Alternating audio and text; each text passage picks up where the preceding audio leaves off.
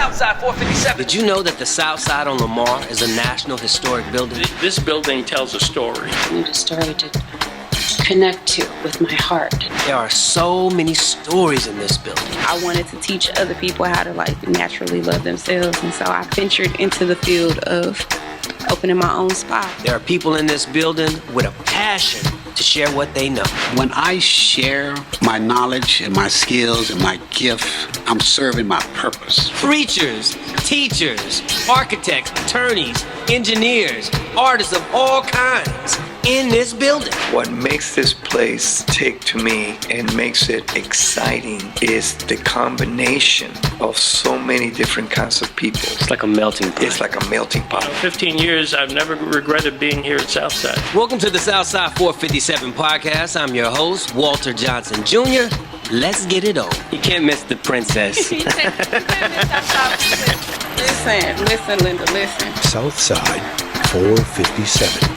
Welcome to another episode of the Southside 457 podcast. I'm your host, Walter Johnson Jr., and today we have a very special guest, good friend of mine, mentor, brother, just all around creative cat, Mr. Arthur Porter, co-founder of Designing Dreams. Dallas Designing Dreams. Welcome. Thank you. So, I met you through the art walk. I forgot through Southside on Lamar. It was called Second Saturday at Southside on Second Lamar. Saturday. So, Second Saturday, for people who don't know, was Arthur really connected with a bunch of artists in the city, and it was like a whole art walk. And it's never been anything like that before. I mean, it's never been anything like that after that. Not like that. It was different. I don't know. Maybe because I was a part of it, I was in it, and I was experiencing it from the inside.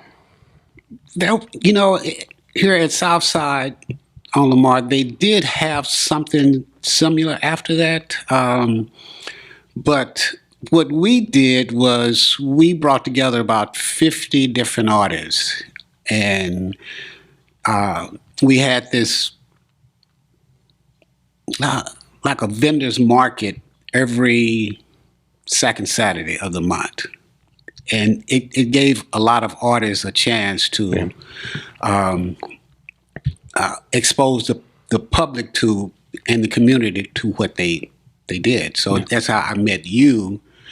You was doing your artwork. You was creating sculptures. Yeah, the mask. The mask out of masking tape. Yeah. And I was fascinated by it because I saw that if you was using a different material, how it would just change the value of your work. Yeah. And you wasn't, you didn't reject it. You came by and said, okay, I'll do it. And you start taking leather and putting over your work. And then I think that's how we really connected. Yeah. And also, I think at the time we was working with kids. Yeah.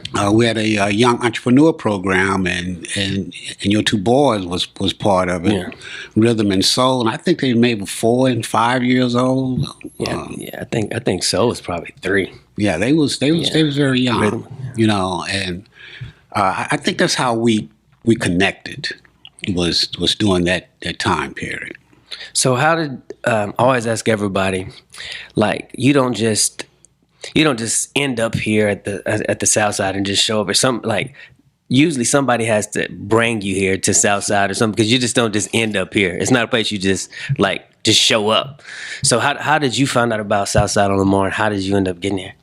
Well, at the time I was working in the audiovisual industry, and the only thing I was doing as far as creatively was I was making chaps. And my brother-in-law told me about Southside on Lamar and said that I needed to come over here and see if I could get a space over here. I didn't know anybody over here. And at the time, there was a lady here by the name of Charlie. And at the time, Charlie, I think she was Jack's partner. And my brother-in-law said, just go to the front desk and ask to speak with Charlie. Okay. And I did. Well, I came and I left some photos of my work. Okay. And she gave me a call, and we set up an appointment. And I came back, and when I walked into her studio, I think she was on the 4th floor. I think she was in 411. And there was this big, open, wide studio. I think it had a piano in it, and it was just 2 chairs. And when I came in, she said, have a seat. And then she says, what can I do for you? And I said, well, I'm trying to see if I could display my chops at Gillies. And she called her assistant and said, take him down to Gillies and walk him through Gillies and give him any space that he wants. And I walked through and I chose the lobby. Yeah. So my work was on display in the lobby for over a year. So that's how I really became known in this area. Gotcha. And then I was still working in corporate. So I think about 4 years later, well, then I decided I was going to leave my job. But I needed a space. And Jack partner at the time when I came back was Jeff West. And no,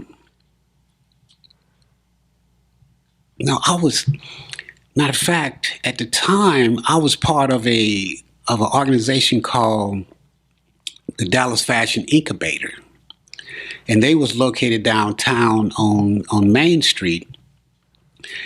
And they had a loft here.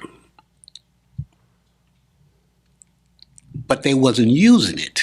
Okay. And the director said, you know, Arthur, you could use the loft if you want to. So I said, okay, let me turn it into a space where local artists and local designers can come in and they could use the space and create it in the space. Well, at the time, there may have been 10 designers in the Dallas Fashion Incubator. So once I started to use the space, now they wanted to use the space. So it kind of turned into this, like a little tug of war. Yeah, you know, and they had just hired a new director for the Dallas Fashion Incubator, and he decided that that's what it's going to be. That all the other artists can come in now and they could have whatever space in it that they want to, you know. And I said, well, you know what? I tell you what, I think I'll leave. So when I was taking everything out, there was a guy that worked here. They always say that they came with the building. It was one of the guys' name was Leroy, and the other one's name was Rufus. So Leroy and Rufus. Leroy and Rufus. They knew everything about this building because when Jack purchased the building, these guys knew everything about this building. So when I was leaving out, when I was taking my stuff home, Leroy, I didn't even know this guy. Yeah. And he said to me, he said, what are you doing? And that was a weird question because I'm like, who are you? You know, ask me what I'm doing. Yeah. And I said, well, I'm moving my things out of loft. It was 2 something. I don't know what it was. But I said, I'm moving my stuff out because me and the director, we had, you know, disagreement about the space. So I'm moving back home. He said, do you want a space? And I said, what do you mean? He said, do you want a space? I said, man, I don't have no money. He said, I didn't ask you that. Do you want a space? I said, yeah. He said, when you take that home, you come back and see me. I'm thinking, who is this guy? And so when I come back, he said, I want you to go to Jeff's office was, I can't remember which floor it was on. But when I went to Jeff's office, Jeff was in Canada, but his assistant was there. And we talked, and she said, well, he'll be back in town, you know. And I think the next day, Jeff called me and said, I heard you was looking for me. And I said, yeah, I was. He said, well, when do you want to meet? I said, whenever you want to. He said, what about right now?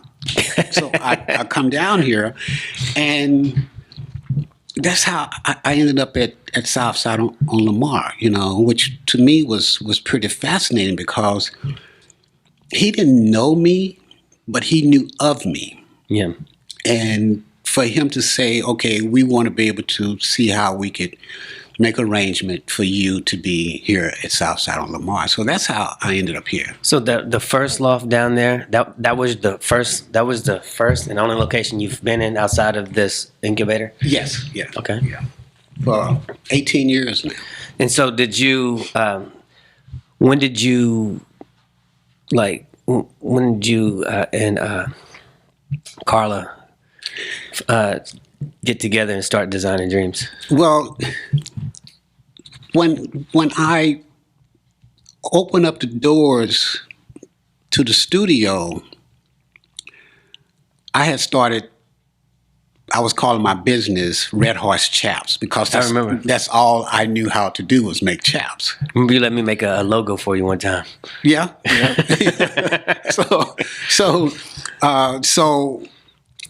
I took a sewing class from Carla in 1999. I opened up the doors Southside of Lamar in 2006. So she and we had not even seen each other since I took a sewing class from her in 1999.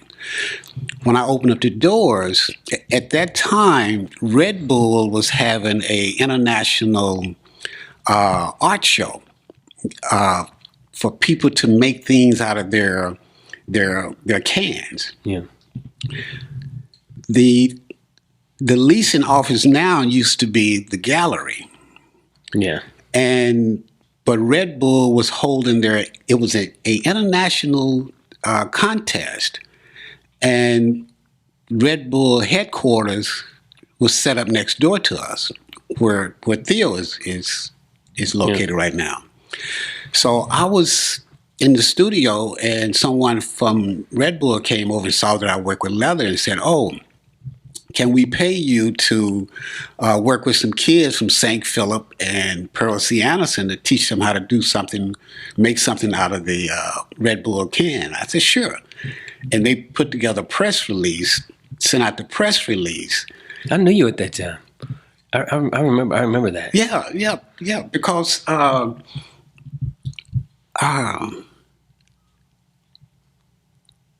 you came to the party. I think I did, yeah. Yeah, you came to the party. Yeah. And what had happened was that Carla's mom was reading the news article and was saying, "Oh, this guy is teaching kids how to work with leather." And Carla's, she didn't even see the article. She said, "Oh, is his name Arthur Porter?"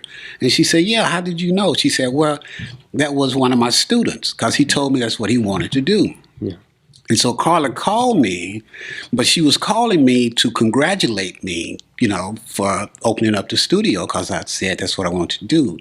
And in my mind, I'm saying, no, you need to come down here because I think we can take this space and we can create something that we can take our talent and we can give back to the community. So she came down, and that's how we got started. I noticed one thing.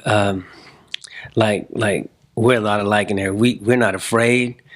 I seen that place go from it grows with every technology that's innovated. You got a 3D printers in there, drone simulators, and cameras, and leather, and embroidery machines, and printers, and all kinds of stuff. So you work with. Tell me your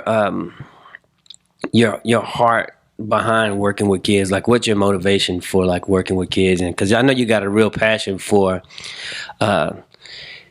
kids being able to monetize, or just people being able to monetize off of what they create. You always say, how do you monetize off of it? And that's one of the things. So you take entrepreneurship and art. Like, how did you get that? Like, where did that come from? Well, it really, in 1984, I grew up in a family where we had to go to church every Sunday. We had to go. But I never really read the Bible when I was young. In 1984, I sat down and I started reading the Bible, and I read it from front to back. And one of the things that I read that was so profound to me was that in the New Testament, when it talks about Jesus and how he traveled, through city to city, but he was always teaching. And to me, I just feel like that I was put here to multiply. And what I mean by that is, when I teach someone else something, that person may go on to teach someone else, and that person would teach someone else. And to me, that's multiplying. So when I share my knowledge and my skills and my gift, I think that I'm serving my purpose for being here. When I was younger, it was all about money. Yeah.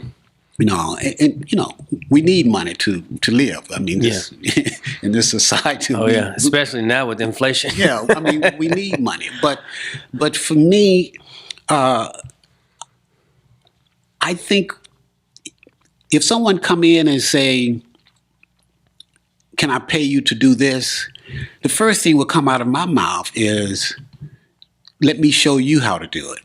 Yeah. I've been in there when you actually told people that. Well, because people will hold you hostage. If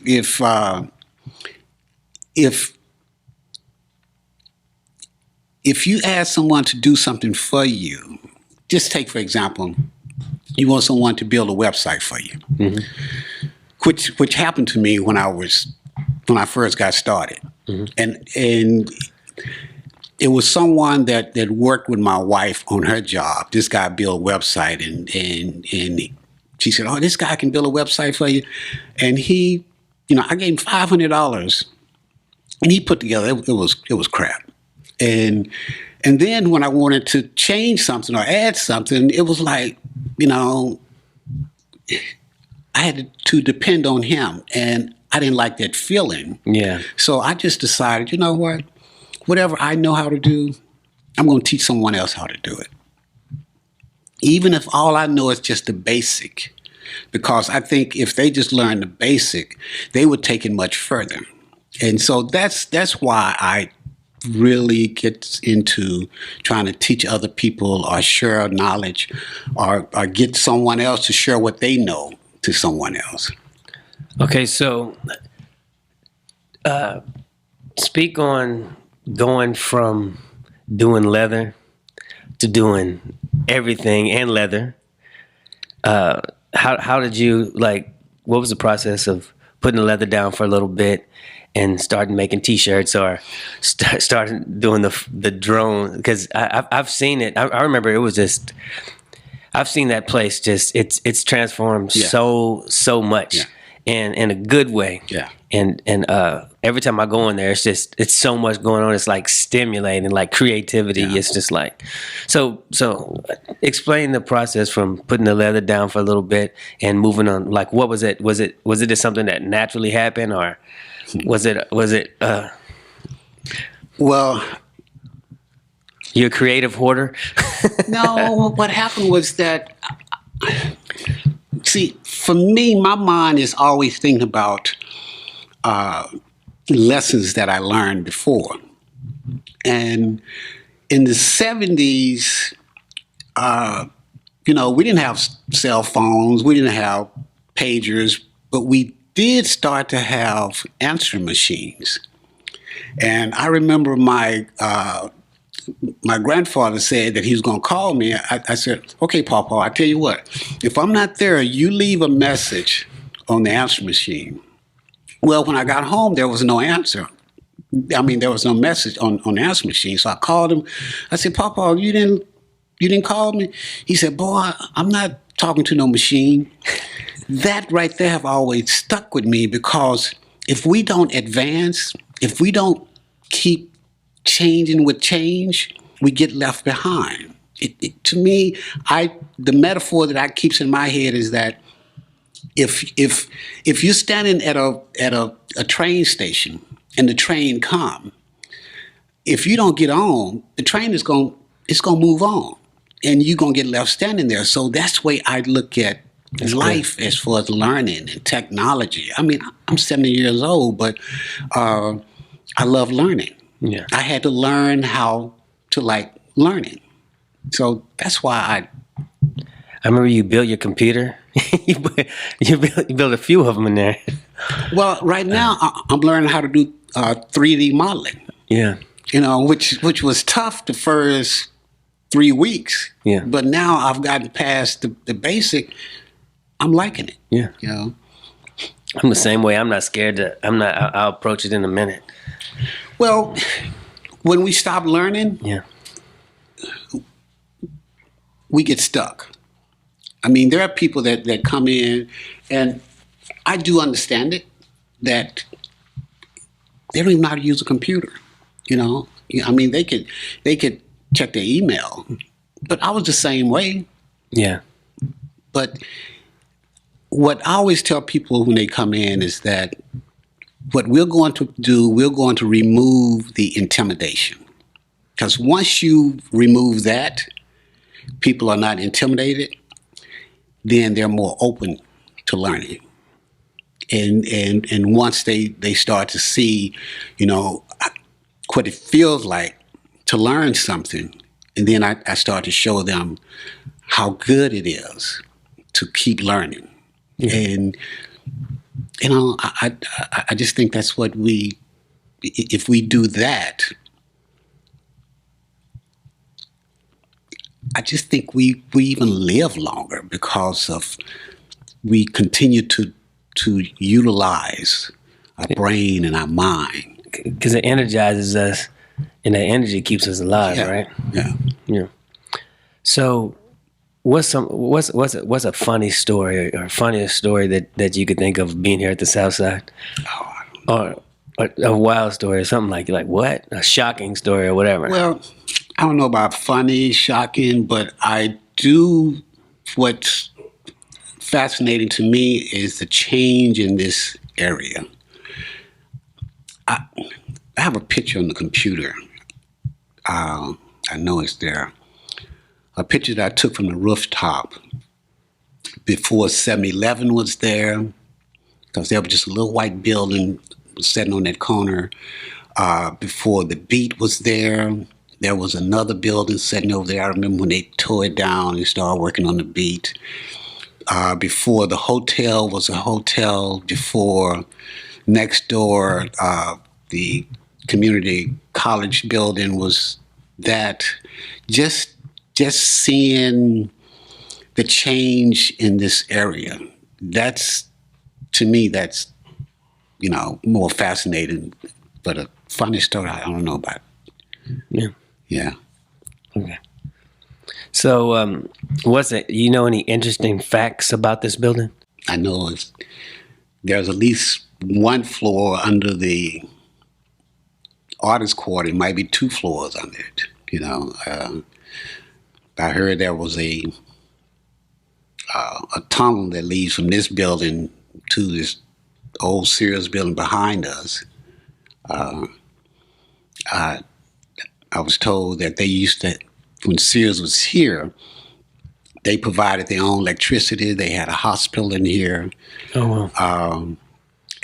And someone that used to work here at Sears told me that on the rooftop, they used to have a shooting range. On the rooftop? On the rooftop. Oh, wow. Shooting towards South down. That's what they told me. Shooting towards South Dallas. Because because Sears was the Amazon before Amazon. Yeah. You could order a house from Sears. Yeah. You could buy a gun from Sears. You could buy. Matter of fact, my first motorcycle was from Sears. Sears sold mopeds, but they also sold motorcycles. It was an Allstate. That was the name of the motorcycle. An Allstate? An Allstate. Had big fat tires on the front, on the back, had one seat, and a little small gas tank. It was a 3-speed on the collar. I can't remember the size motor, but we had to mix the oil and the gas and put it in the tank. You didn't have the oil separate from the gas. My first motorcycle was from Sears. And I had that motorcycle in 1966. Yeah. So, that's about what I knew about it. I guess. So, what's one thing you can leave people with before we get out of here? Well, it goes back to teaching. It's that I've heard people say one of the most valuable place that you can find treasure is in the cemetery. And what I mean by that is that people die and take their gifts and their knowledge with them. They would rather do that than to share it with someone else. So that's why I think it's so important to share what you know, because there's people that if it's not passed down, it can be lost. So that's what I would leave. Thank you. We'll see you next time on the Southside 457 podcast. Peace. Southside 457.